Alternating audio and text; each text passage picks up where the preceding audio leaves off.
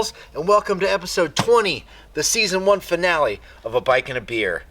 I can't tell you how much I appreciate all of you joining me for 20 episodes. This has been insane. It's been life-changing for me, and it's all thanks to you. So thank you from the bottom of my heart. Now don't worry, I'm not going anywhere. If you still have me, I would love to grace your televisions, iPads, and iPhones every Saturday going forward with new, epic, vintage motorcycle content. And that's what I'm going to do. I've got riding videos coming up, trail building. I'm going to take you to Mecum next month. We're going to build some bikes. It's going to be awesome. And season 2 of A Bike and a Beer will start up again in spring of 2023. And you can bet your bottom dollar I'll be hunting down, buying, and borrowing bikes until then to make sure we got an entertaining season 2 for you. So, enough with announcements. We have a show-stopping masterpiece here. I can't think of a better way to end season 1 than with this bike. This is a Dick Mann built motocrosser, and it's built around one of the coolest BSAs ever built. This is a numbers correct frame and engine from a 1957 BSA Spitfire Scrambler. So that's a first year model of one of the bikes that's for sure on my bucket list. Now, since it's Christmas, we're going to be drinking a Christmas ale by Breckenridge Brewery, which was actually founded in 1990, of course, in Breckenridge, Colorado. And these guys are passionate about mountain life and just sharing good times with friends over cold beers. So let's crack this thing open and see what it's all about.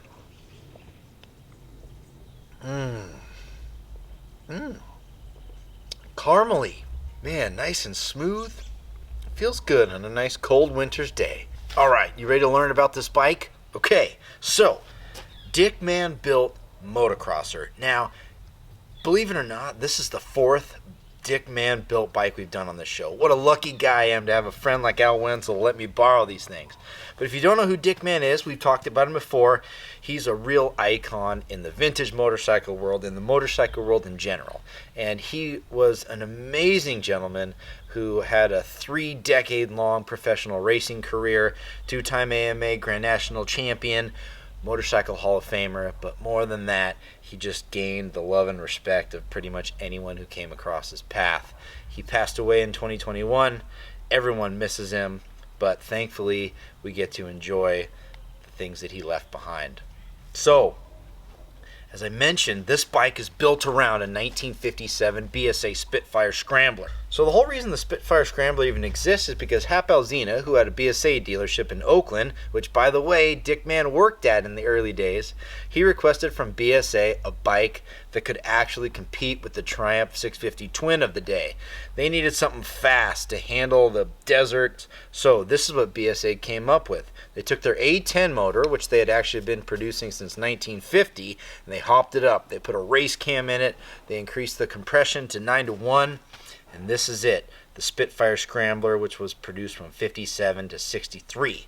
This first year, they only made 454, so this is a rare bike.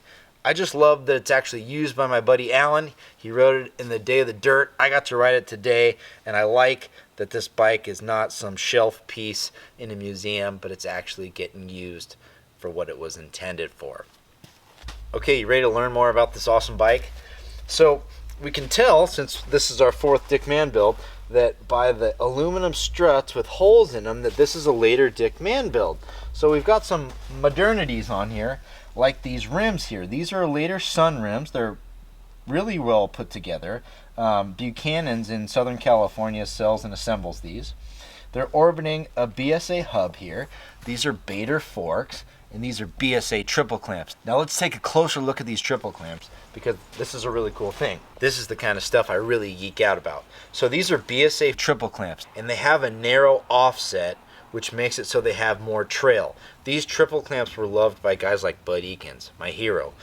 A lot of our heroes. But anyway, they had a narrow offset, so they gave more trail. That made the bike more stable. But here's the thing.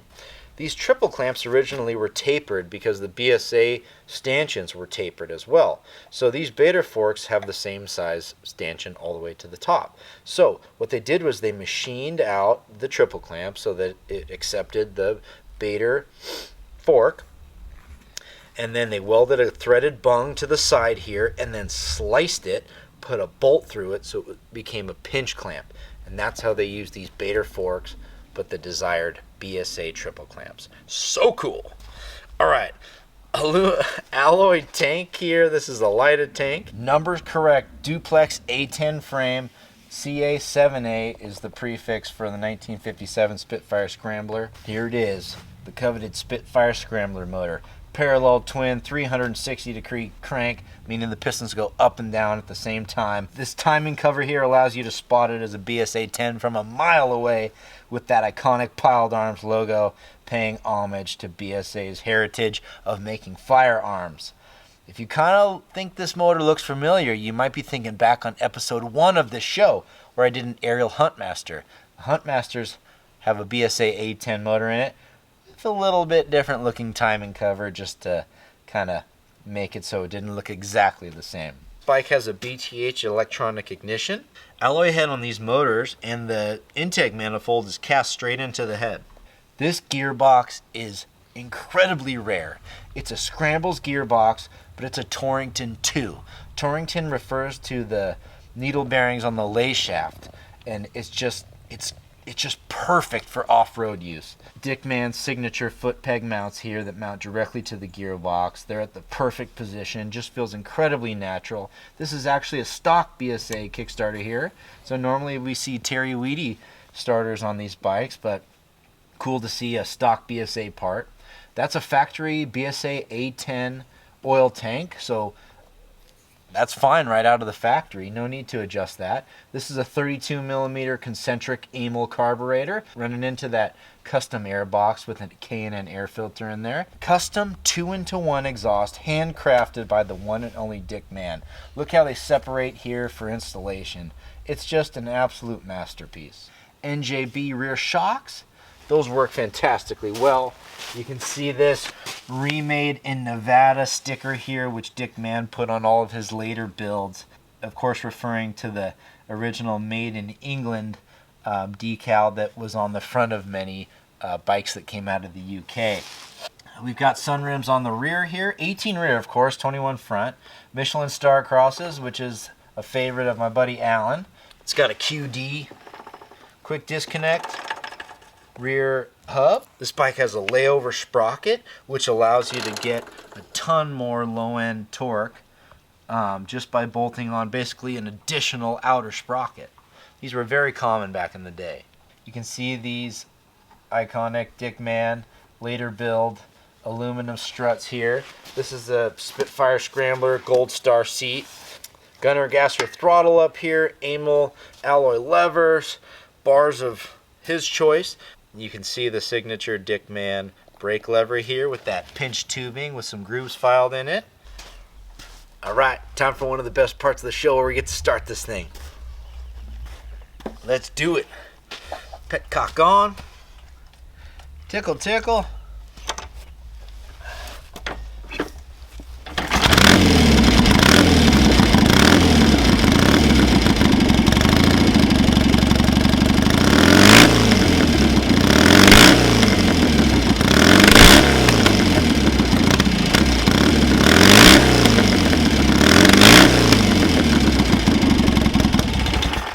There it is, in all its glory. BSA Spitfire Scrambler. All right, folks, that means it's time to wrap up episode 20 and season 1 of A Bike and a Beer. It has been an absolute pleasure, and I can't tell you how much I appreciate all your support this season. I look forward to seeing you all in spring 2023 for this, and next Saturday for another epic motorcycle video. Cheers, everyone, and Merry Christmas.